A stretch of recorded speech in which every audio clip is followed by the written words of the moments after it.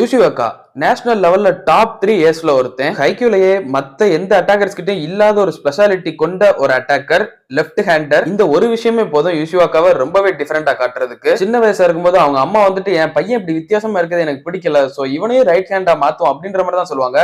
ஆனா அன்னைக்கு அவங்க அப்பா மட்டும் மனசு வைக்காம இருந்திருந்தாருன்னா இன்னொரு யூசிவாக்கா இந்த அளவுக்கு ஒரு ஸ்டார் பிளேயரா ஆயிருக்கவே மாட்டான். அவங்க அப்பா தான் லெஃப்ட் ஹேண்டரா இருந்தா என்ன, அவனால இதை வச்சு நிறைய சாதிக்க முடியும் அப்படின்னு சொல்லியிருப்பாரு. அந்த லெஃப்ட் ஹேண்ட் அப்படின்ற ஒரு விஷயம் அவனுக்கு அன்னைக்கு ரொம்பவே யூஸ் ஆச்சு வாலிபால் பொறுத்தவரை. நார்மலா லெஃப்ட் ஹேண்ட் நம்ம பவர் அப்படின்லாம் இல்லாம அவனோட ரா பவரை வேற லெவல்ல இம்ப்ரூவ் பண்ணிருப்பான். கிட்டத்தட்ட அவன் அடிச்சானா கையே சவந்து போகும், அந்த அளவுக்கு செம்ம ரா பவர் கொண்ட ஒரு கேரக்டர். மத்த பெரிய பெரிய அட்டாக்கர்ஸ்க்கு எல்லாருக்குமே ஆசை என்ன, அந்த நேஷனல்ஸ் வின் பண்ணணும் அப்படின்றதுதான். ஆனா யுஷ்வாக்கு அந்த மாதிரி ஒரு ஆசை இருந்ததே கிடையாது. ஐ மீன் ஆசையே இல்லாமலாம் இருக்காது. பட் அதை விட அவனோட மெயின் மோட்டிவே இவனை நம்பி ஒரு செட்டர் செட் பண்றான் அப்படின்னா இவன் வந்து அடிச்சு பாயிண்ட் வாங்கி தருவான் அப்படின்னு ஒரு செட்ரு இவனை நம்பணும். அது மட்டும் தான் யுஷ்வாக்காவோட லைஃப் டைம் கோல். ஒரே ஒரு கோல் அவங்க அப்பா சொல்லி கொடுத்தது. So he is always best